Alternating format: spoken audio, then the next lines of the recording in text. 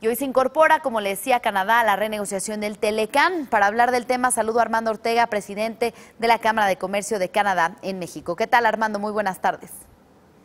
Susana, muy buenas tardes.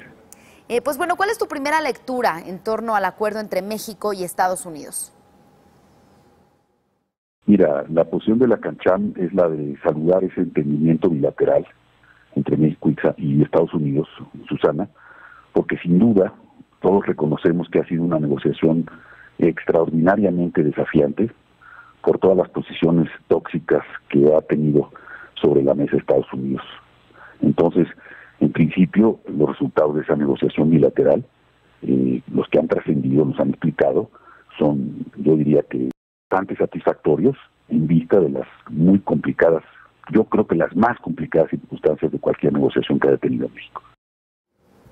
¿Y cuáles serían sus expectativas de esta incorporación a las renegociaciones de Canadá, cuando pues parece que ya todo está acordado entre México y Estados Unidos? Y como en alguna ocasión lo habíamos platicado, de cierta manera pues Canadá llega un poco en desventaja, sobre todo en términos a los que se llegaron, a los que Canadá pues no estaba dispuesto a ceder, como la eliminación del capítulo 19, las reglas de origen en el sector automotriz. Mira, de entrada, la CANCHAM, Susana, reitera que el Telecán ha sido y debe seguir siendo un tratado trilateral, porque es la única plataforma para seguir impulsando a la región de Norteamérica, no a algún país en lo individual, como la región más competitiva del mundo. Y por lo tanto, la incorporación de Canadá es absolutamente vital, sin ninguna retórica, para que efectivamente sigamos en ese camino de integración y de fortalecimiento de la región. Ahora, no podemos, Susana, tapar el sol con un dedo. La incorporación de Canadá se presenta en condiciones que no son propicias porque hay una gran presión política del gobierno estadounidense. El señor Lighthizer de la USTR ha dicho que el viernes, con o sin Canadá, enviaría el entendimiento, que en este caso es bilateral, a su Congreso para ratificación. Y una observación que yo tengo es que la autoridad comercial, el TPA que tiene el presidente de Estados Unidos para negociar este acuerdo, que es un mandato del Congreso, es para negociar un acuerdo trilateral, no un acuerdo bilateral o dos bilaterales.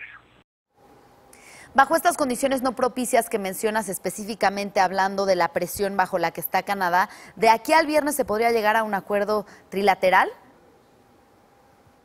Mira, Susana, efectivamente hay red lines que ha puesto en términos muy claros, y uno de ellos es el capítulo 19, y estoy seguro que lo defenderá para que no desaparezca del tratado, porque sería, digamos, para efectos de certeza en el acceso al mercado, sería muy negativo. Nosotros en la CANCHAM tenemos dos preocupaciones muy específicas de lo que ha trascendido hasta el momento. Por ejemplo, en el capítulo 11, que es el capítulo de solución de controversias para inversiones, o sea, protección de las inversiones, se escogieron 5 sectores. Y a esos 5 sectores se les va a conferir la más amplia protección al sector de petróleo y gas, generación eléctrica, telecomunicaciones, transporte, infraestructura. Pero se dejó fuera la minería, Susana.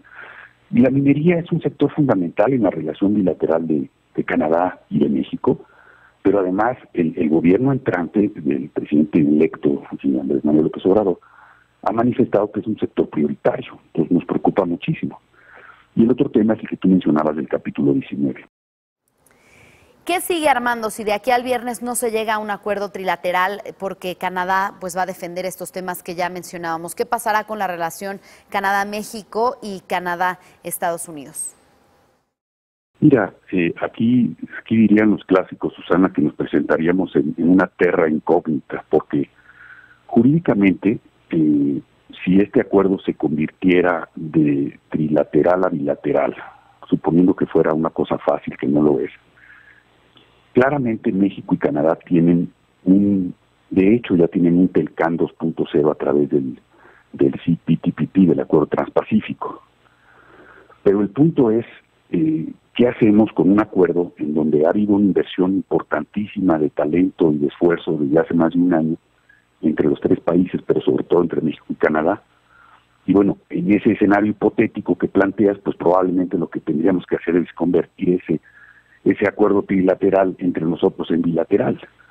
Pero yo creo que todavía es demasiado temprano para empezar a ver qué tipo de caminos tendríamos. De que tenemos caminos y que además sería absolutamente esencial encontrarlos y explotarlos en una situación extrema, los tenemos. Bien, pues ¿cómo podría afectar a México el ceder en este capítulo de resolución de controversias y antidumping? Sabemos que pues ha habido muchos casos de este tipo en los que México y Canadá pues han defendido prácticas antidumping con las políticas actuales, han sido defendidos más bien sobre este tipo de prácticas de dumping con las políticas actuales del Telecán. Por supuesto, pues mira, nuestra preocupación es que si México no pudiera preservar el mecanismo de solución de controversias respecto de las prácticas de dumping y de subsidios que aplica en un momento dado a Estados Unidos y tener que ir en lugar de un panel a los tribunales estadounidenses, pues en el fondo lo que estarías perdiendo es la certeza en el acceso a mercados y en la seguridad jurídica que te ha dado el tratado por más de 24 años. Y eso sería una erosión, digamos, importante a esa certeza, porque, digamos, los ejemplos recientes de cómo se las gasta el gobierno de Estados Unidos cuando quiere hacer una investigación tipo, por decirte algo, la sección 232 o cualquier otra, pues quedas un poco a merced de ellos, independientemente de que tengan legislación y reglas que seguir, lo cual no es lo mismo que si tienes un mecanismo de solución de controversias que te da un marco de certeza y de reglas claras que no te obliga a ir a sus propios tribunales. Armando, ¿consideras entonces que Estados Unidos es el que sale ganando con los términos a los que se han llegado y estos temas, al igual que el sector automotriz, pues fueron la moneda de cambio por la cláusula sunset? Mira, sin duda el gobierno mexicano tuvo que aplicar una enorme paciencia, una gran pericia para evitar que los temas más radicales hubieran literalmente matado el tratado. Y pienso que lo logrado es algo que no debe regateársele al equipo negociador, incluyendo al equipo en transición. Bajo las circunstancias es francamente loable. Sin duda hemos tenido que pagar con cualquier negociación un precio, y uno de ellos es el que tú mencionas en materia de reglas de origen automotriz. Ahora un porcentaje del origen solo lo podrá conferir aquella jurisdicción que pague salarios de $16 la hora. La buena noticia es que un gran porcentaje del sector automotriz cumple, no necesariamente este requisito, pero cumple con la regla de origen, y el que no lo cumple pues puede hacerlo a través de los aranceles OMC. Entonces, si descuentas un poco, digamos, lo que podría ser una primera impresión, te encontrarías con que lo alcanzado en la negociación, insisto, es favorable y han logrado sortear los negociadores pues las posiciones más extremas. Bien, pues muchas gracias por la conversación, Armando Ortega, presidente de la Cámara de Comercio de Canadá. En México seguimos platicando con ustedes a lo largo de esta semana en torno a la incorporación de Canadá a la renegociación del Telecán. Con esto llegamos al final de Ganadores y Perdedores. Gracias por acompañarnos. Quédense en el Financiero Bloomberg.